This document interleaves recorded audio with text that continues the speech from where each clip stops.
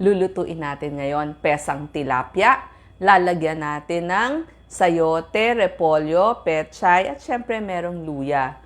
Para sa ating thyroid, para sa ating tiyan, at para sa ating puso. Hindi lang tilapia ang pwede nating gamitin. Actually, sa Nueva Ecija, mas gusto nila pesang dalag. So kung walang dalag, pwede po ang tilapia, pwedeng lapu-lapu, hasa-hasa, salay, dalag, lahat po yan pangpalit dito sa ating tilapia. Umpisahan na natin. Ang tip natin, kapag magluluto kayo ng isda, pwede nyo siyang lagyan na ng asin. Mga 15 minutes bago nyo lutuin.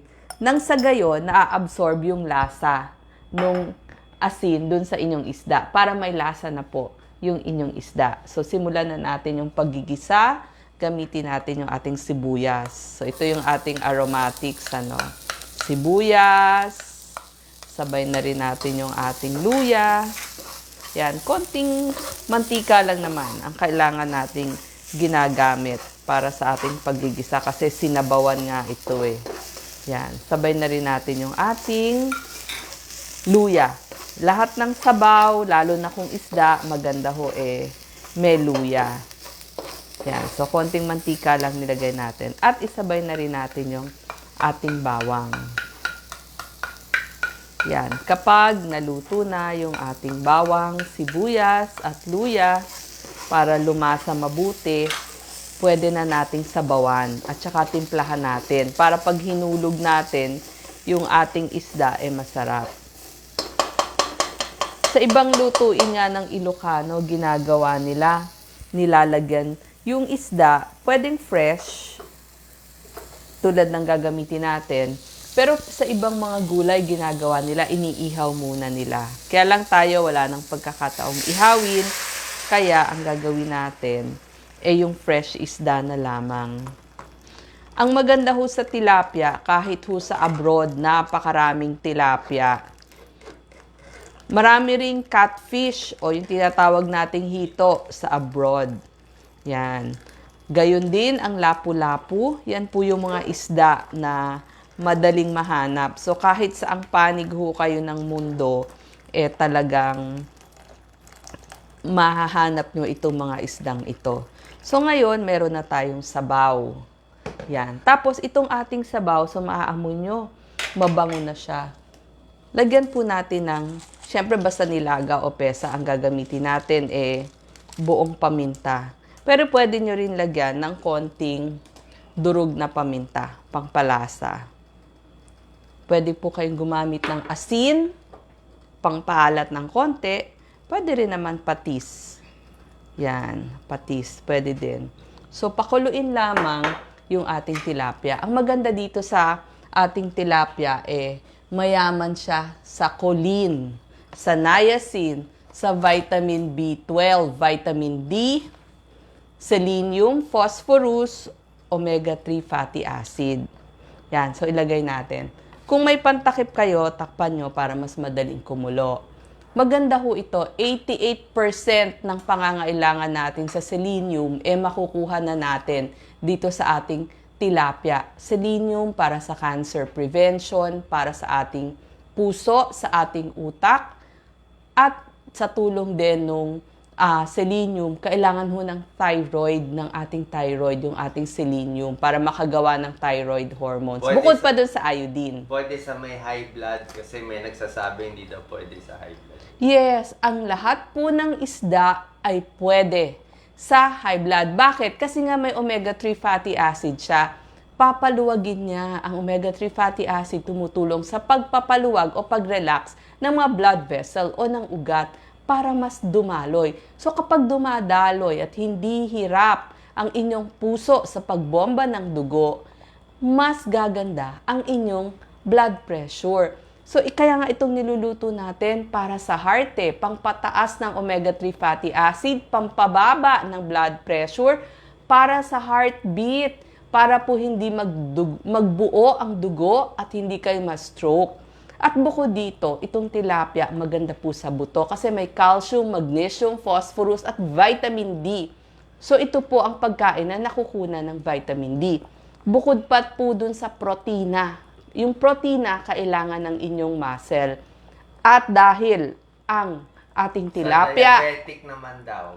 pwede po. Kasi nga, itong mga gulay na ilalagay natin ay low glycemic index.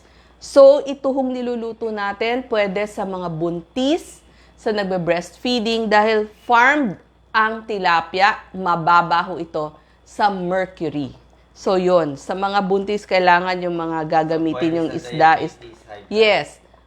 Ito pong sayote natin, alam nyo, yung ilalagay natin. Ito, folate para sa nagdadalang tao, pag-divide ng cells, bukod pa dun sa vitamin B9 nga, B9 to. Tapos may vitamin C pa siya at vitamin K, vitamin B6, copper, zinc, potassium, magnesium. May antioxidants pa katulad ng quercetin, myricetin, camperol, maureen. So, ito po ay mga antioxidants. Anti-cancer, anti-diabetes po ang ibig sabihin. Kasi po, pinipigilan nito yung mga inflammation tsaka yung mga chronic diseases katulad ng diabetes, sakit sa puso. Nagpapababa po ito ng inyong cholesterol. Maganda din ang ating sayote sa ating balat para maiwasan o mapabagal ang skin aging. Maganda din po sa atay para magkaroon ng tamang timbang at para sa ating tiyan. Yan. So, pakuluin lang natin. So, habang pinapakulo natin yung ating tilapia, pwede na rin nating isama itong ating sayote. Yon. So, yung sayote natin, sinama na natin para makuluan na rin siya. Ang next nating ilalagay, dinidiscuss ko lang itong ating repolyo. Ito pong ating repolyo, maganda siya kasi meron siyang vitamin K para magbuo ang dugo, yung mga nagbi-bleeding. Antioxidants, meron po itong gulay na to kasi meron siyang mga polyphenols, bukod pa po dun sa vitamin C, folate, B6, manganese, potassium, magnesium, vitamin C para mas gumawa tayo ng collagen, anti-cancer din, at ito po yung iron niya mataas. So, para ma-absorb yung vitamin C natin. Maganda po sa tiyan ang ating repolyo kasi insoluble fiber siya. So, ito po yung mga para sa tiyan. Tsaka, nagiging pagkain siya ng good bacteria. Katulad po ng lactobacillus, tsaka bifidobacterium. Sa heart, maganda, may anthocyanins. Maganda din po to sa may diabetes. Pampababa ng blood pressure, potassium, pang-relax ng ugat. Ito po yung mga kailangan natin. So, itong tinuturo natin mga lutuin sa inyo ay para sa may mga diabetes, may mga heart disease. Isinama ko na rin ho dito yung petchay. Okay, yung ating petchay, maganda po ito. Bok choy o Chinese cabbage in English, anti-cancer dahil sa vitamin A, C at E, folate, selenium. Meron din siyang mga anti-inflammation, mga flavonoids, quercetin. Ito po yung para maiwasan yung mga chronic na sakit. Katulad ng heart disease, diabetes, cancer. Nakakapagpababa din ito ng pagkakaroon ng heart disease dahil dun sa folate. Tsaka sa B6, sa potassium, sa calcium niya na taglay. Ito kasi yung gulay na meron din calcium. Maganda sa buto, may calcium, may phosphorus, iron, magnesium, vitamin K. Maganda din to sa mata kasi beta-carotene. At yun nga, vitamin C, pampaganda ng kutis para mas gumawa tayo ng collagen. So, baliktarin ko lang itong ating tilapia kasi mabilis lang maluto itong ating tilapia. So, pag luto na ho yung ating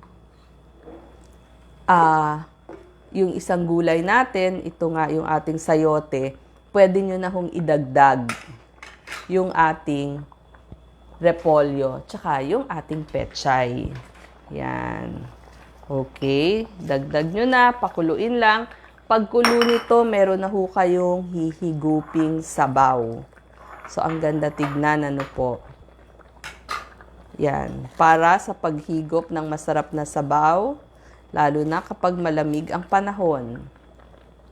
Yan, natimpla na natin siya. So, hintayin na lang hong maluto. Sabi nga ng mga lola natin, kapag itong mata daw nung isda niluluto nyo ay pumuti na, ibig sabihin, luto na rin yung inyong isda.